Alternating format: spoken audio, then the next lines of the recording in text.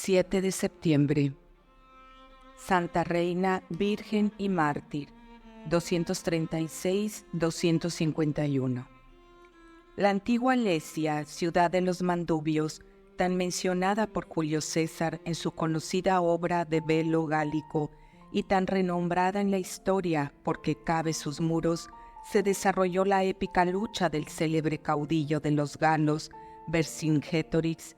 Es actualmente un modesto villorrio, pero si las gestas del heroico jefe galo le granjearon la nombradía de que merecidamente goza, sube esta de punto por ser la patria de Santa Reina o Regina, heroína de la fe católica que, a pesar de la debilidad natural de su sexo, empeñó dentro de sus murallas admirable combate contra las potestades infernales, hasta alcanzar sobre ellas una victoria de mayor trascendencia que las del general romano.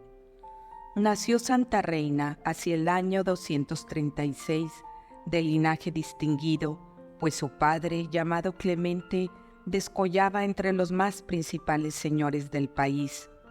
Nada se nos dice en la historia con respecto a su madre, salvo el detalle de haber fallecido al dar a luz a la santa.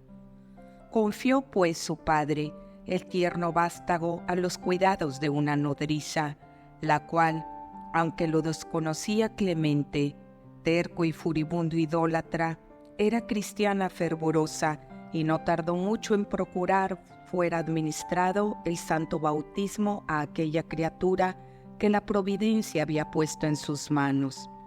Cuando años después llegó el hecho a oídos de Clemente, montó en cólera en grado tal que arrojó despiadadamente a la doncella del hogar paterno y le prohibió en absoluto y para siempre regresar a él.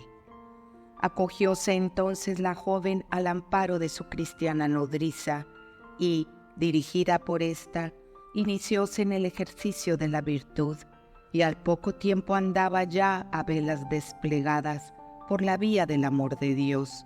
Con tales auspicios no es de maravillar que muy pronto quedara su corazón virginal prendido en las redes del amor del esposo divino de las almas, y, después de dar libelo de repudio a todas las cosas de la tierra, postróse cierto día a los pies del divino Salvador y le consagró su virginidad. Otra virtud brillaba esplendorosamente, como no podía ser menos en esta alma escogida, y era la humildad, base y sostén de toda virtud y salvaguardia especialísima de la pureza.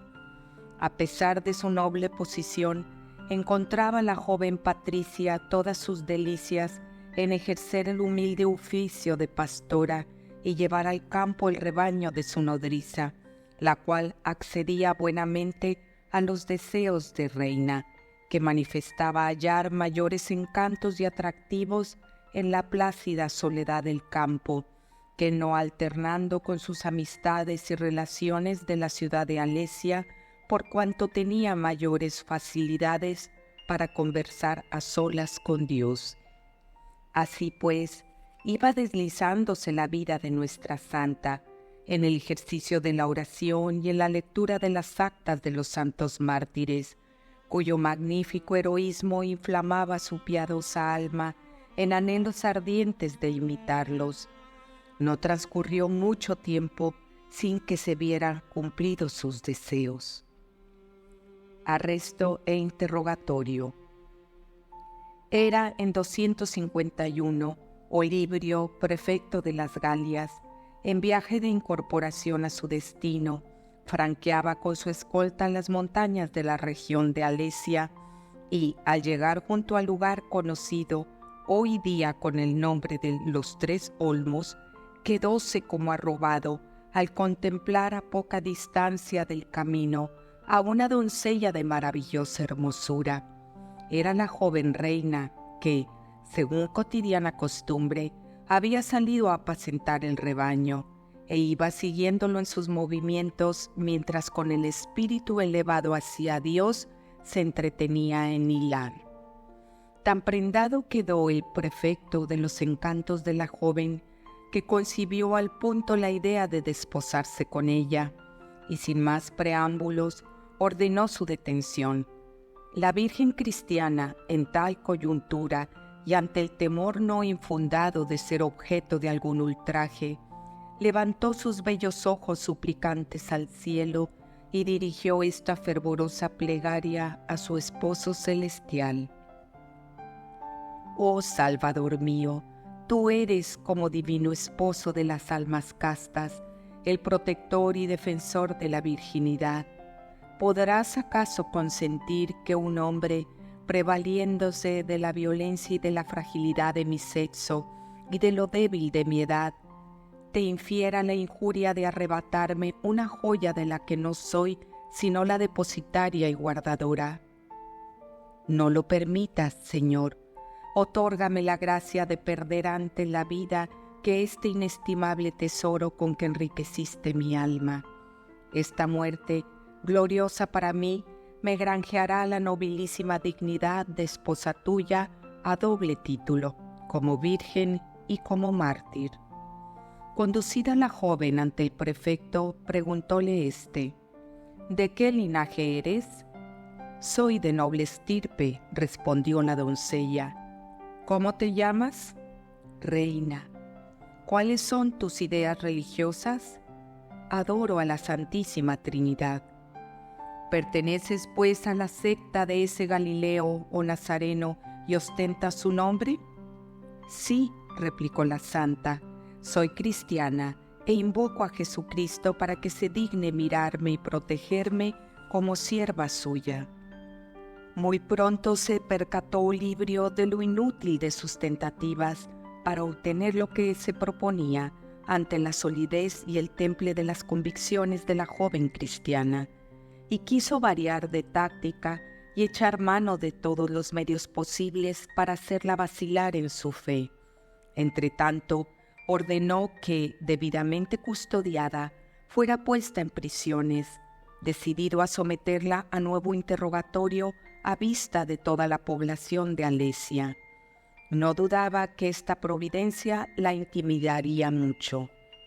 Al alborear del siguiente día, sentóse Olibrio en su tribunal, después de haber ofrecido un sacrificio a los ídolos ante un concurso inmenso de espectadores que habían acudido de todas partes, y ordenó que fuese traída la cristiana doncella, a la cual habló luego así: Joven, rinde prontamente homenaje a los dioses inmortales y ten piedad de ti misma. Si atiendes a mis indicaciones, te colmaré de riquezas y disfrutarás a mi lado de una posición tan honrosa como envidiable. Mas, si te obstinares en tu terquedad, tengo medios a mi disposición con que doblegarte y vencerte, pues no escatimaré ninguno, por doloroso que fuere, a fin de vindicar el honor de los dioses que tú menosprecias. A lo que la magnánima Virgen replicó noble y dignamente, pero con entereza: cristiana soy, y sabe que antepongo este título y cualidad que recibí en el bautismo a cuanto de noble y honroso pudiera deber al nacimiento y a la fortuna. Gloríome en ser humilde sierva de mi Señor Jesucristo, Dios verdadero, a quien he consagrado todo mi ser, y nada será capaz de separarme de su amor. Y ten por cierto que ratificaré esta declaración y la rubricaré con mi sangre si preciso fuere, pues dispuesta estoy a sufrir tu crueldad y a morir para mantenerme fiel a mi Dios. La prisión, inhumanidad de su propio padre. En este punto quedó el interrogatorio, pues Olibrio no quiso continuarlo.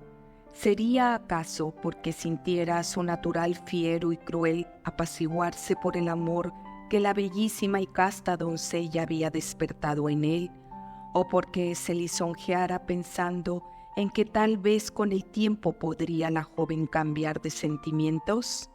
Nada dicen las actas a este respecto, pero lo cierto es que el prefecto se limitó a ordenar que la valerosa joven fuese puesta y guardada en prisión hasta su regreso de Germania.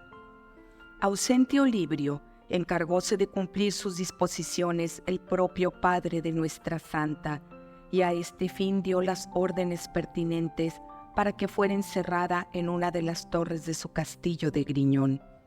Mandó el bárbaro y cruel padre rodear el cuerpo de su pobre e inocente hija con un aro de hierro y una cadena cuyos extremos fueron fijados a las paredes, de tal modo que la santa prisionera se vio impedida de todo movimiento y obligada a estar en pie continuamente de día y de noche y sin socorro humano alguno, salvo un poquito de pan y agua que la caridad de los cristianos le procuraba, aunque a escondidas y no sin peligro de la vida. Fortalecida con la ayuda divina, soportó la heroica joven aquel indecible tormento con invencible paciencia. Por fin regresó Olibrio, y apenas llegado, faltóle tiempo para informarse del estado de ánimo de la prisionera. ¿Cuál no fue su irritación al saber que el corazón de Reina seguía tan firme e invariablemente unido a Jesucristo y con lazos más estrechos y sólidos que los que sujetaban su cuerpo virginal a los muros de aquella mazmorra? Nuevo interrogatorio, tormentos atroces. Intenta entonces el prefecto nueva acometida a aquella constancia de la santa y ordena que sea conducida ante su tribunal para someterla a nuevas pruebas. Pone entonces en juego toda la ternura de palabras y todos los recursos de que es capaz un amor apasionado, y píntale con vivos y sugestivos colores el cuadro de dichas y de honores a que se hará acreedora, con tal que acceda siquiera a echar un grano de incienso en el pebetero que está ante el altar de los dioses. Pero la Virgen Reina permanece inquebrantable en su fidelidad a Jesucristo. Al ver burladas sus esperanzas, déjase arrastrar Olibrio por su instinto sanguinario y ordena que se la someta a torturas tales que su sola lectura produce estremecimientos de espanto. Empiezan por extender y sujetar a la inocente víctima en el potro, y unos verdugos la flagelaban tan cruelísimamente que las virginales carnes saltan en pedazos y la sangre corre en verdaderos arroyos por el suelo. Y mientras los circunstantes, paganos en su mayoría, lloran de emoción y de espanto ante aquel espectáculo inhumano, la dulce víctima dice, con los ojos puestos en el cielo: «En ti, Señor y Dios mío, descansan mis esperanzas y no seré confundida». Entretanto, algunos de los presentes no cesaban de decirle con aire entre compasivo y de reconvención: «Pero no ves, inconsiderada doncella, a qué te expones y de qué cosas te privas por no proferir un sencillo sí y ofrecer un sacrificio a los dioses. ¡Qué locura! Perder la vida por sostener las teorías de un crucificado». «Callad, callad, malaventurados e insensatos consejeros», replicaba con energía la Virgen cristiana a pesar de la crudeza de sus horribles padecimientos. «Jamás ofreceré sacrificios ante vuestros mudos e insensibles ídolos de piedra. Solo adoro y adoraré a mi Señor Jesucristo, único Dios verdadero, de quien recibo consuelo y fortaleza en medio de mis tormentos». Exasperado el tirano ante la constancia de la santa mártir, da orden de que se le arranquen las uñas y de que, suspendiéndola en alto, se le rasgue la piel y las carnes con peines de hierro. Ejecutóse al momento el cruel mandato, y los verdugos hicieron tal carnicería y tales destrozos en el santo cuerpo que los espectadores, no pudiendo contenerse, lanzaron gritos de horror y compasión, y hasta el mismo Olibrio, acostumbrado a tales escenas, no pudo contemplarlo impasible, y por no verlo, se cubrió el rostro con el extremo de su toga. Noche oscura del alma, consuelos celestiales. Llegada la noche, suspendióse la tortura, y Santa Reina fue encerrada en un lóbrego e inmundo calabozo hasta el día siguiente, en que el prefecto pensaba proseguir el procedimiento contra la mártir. Quiso el Señor acrisolar la virtud de su fidelísima sierva, disponiendo que gustase las hieles que acibararon su alma santísima en la agonía del huerto de Getsemaní. Nuestro Señor exigió de su fiel esposa este nuevo rasgo de semejanza con Él. El corazón de la santa debía prepararse así para luego gustar más intensamente las delicias del divino amor.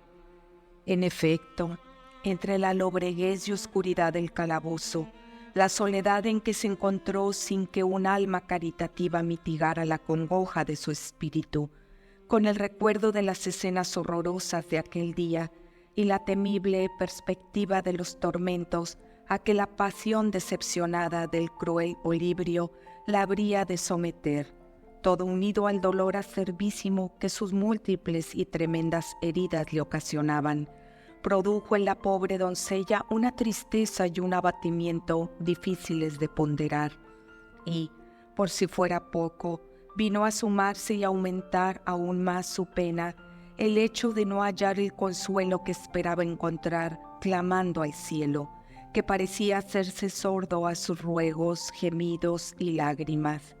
No más alegrías celestiales, ni más extáticos arrobos, ni ninguna de las dulzuras divinas con que el Señor solía antes regalarla. Tristeza, aridez, oscuridad, tormentos indefinibles de la noche mística de las almas. Ruda prueba para quien había pasado por tantos trabajos con tal de permanecer fiel a la fe y a su conciencia. Empero resistió con valor y mantúvose firme en su anhelo de seguir a Jesucristo y amarle a pesar de todos los obstáculos. Tan generoso y constante proceder iba pronto a recibir el justo premio. Efectivamente, cesan de pronto sus mortales congojas y desvanécese como un pesado sueño aquella tristeza y ansiedad que la oprimían, y el Señor inunda su alma de consuelos tanto mayores cuanto más dolorosas fueran las anteriores pruebas. Una alegría celestial invade todo su ser, y arrebatada en éxtasis, ve una cruz de enormes dimensiones que desde la tierra llegaba al cielo, y sobre ella al Espíritu Santo, en figura de paloma blanquísima, que le prometía en breve plazo la corona eterna. Y para que no dudara la santa ni un momento de la realidad de los hechos, el Señor curó instantáneamente todas sus llagas y le infundió tal fortaleza y ánimo en el espíritu que ardía en deseos de que despuntara la aurora del nuevo día para volver a empezar la cruenta lucha y beber hasta las últimas gotas el cáliz de sufrimientos que sus verdugos le reservaban. El último interrogatorio. Venida la mañana, manda Olibrio que comparezca la prisionera y queda mudo de asombro y de estupor el verla sana y sin señal alguna de las heridas que le ocasionaron los tormentos a que fue sometida anteriormente. Ante hecho semejante que no sabía cómo explicarse, siente Olibrio encenderse la llama de su pasión por la doncella cristiana, y con frases ternísimas conjúrale de nuevo a que ofrezca un sacrificio a los ídolos y a que consienta en desposarse con él. Mas la casta virgen rehúsa digna y valientemente entrambas proposiciones que oye con desdén, con lo cual el amor del prefecto, una vez más decepcionado, cede de nuevo su lugar al odio y a la crueldad.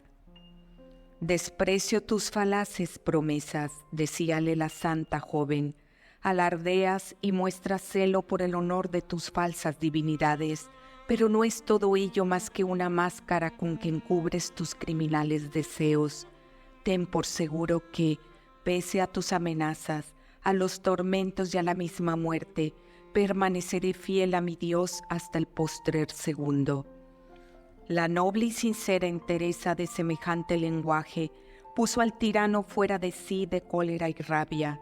Nuevamente tendida la santa doncella en el caballete, manda el cruel verdugo que le sean aplicadas antorchas encendidas a ambos costados del cuerpo, hasta producirle horribles quemaduras. La santa soportó tan bárbaro suplicio con ánimo tranquilo, y su rostro se iluminó pronto con la alegría que colmaba su alma. Al percatarse Olibrio de la augusta serenidad de su víctima y de otro tormento para ver de turbarla, al efecto ordenó que la metiesen en un baño de agua helada para que la brusca transición de temperatura causase mayores sufrimientos en aquellos torturados miembros. Vana esperanza, pues la santa mártir no perdió su celeste sonrisa ni se turbó en lo más mínimo. A mayor abundamiento, el cuerpo virginal flotaba mansamente sobre el agua y la santa entonaba al Señor sus cánticos de alabanza. El Señor, decía, ha mostrado su poderío, el Señor ha manifestado su gloria. Oh Señor y dueño mío, Jesús, que tantas veces me preservaste de la muerte, bendito seas por los siglos de los siglos. Era inútil toda porfía, cuanto más se encarnizaba el tirano con su presa, tanto más resaltaban la fortaleza invencible de la mártir y la vergonzosa derrota del sanguinario verdugo, porque cada nuevo suplicio parecía infundir ánimos nuevos en la santa doncella. Su muerte. Comprendió a la postre Olibrio que no podría forjarse ilusiones ni podría conseguir nada de un alma de semejante temple, y quiso acabar ya de una vez, por no exponerse a nuevos fracasos y a más humillantes derrotas. En consecuencia, dictó sentencia por la que condenaban a la valerosa Virgen a ser decapitada, aunque le concedía una hora de tregua para que se preparase a recibir el golpe fatal. Trasladóse el pueblo en masa al lugar señalado para la ejecución, situado extramuros de Alesia. En cuanto llegó allí la santa, pidió y obtuvo permiso para dirigir unas frases a los espectadores. Verificólo con tal gracia y majestad, a la par que con tanta suavidad y valentía, que muy pronto se apoderó de los corazones la emoción más viva y todos los ojos se arrasaron en lágrimas. Todos admiraban la tranquilidad de ánimo que irradiaba de su rostro y el valor de aquella noble e ilustre patricia que enfrentaba la muerte con el heroísmo de un veterano guerrero.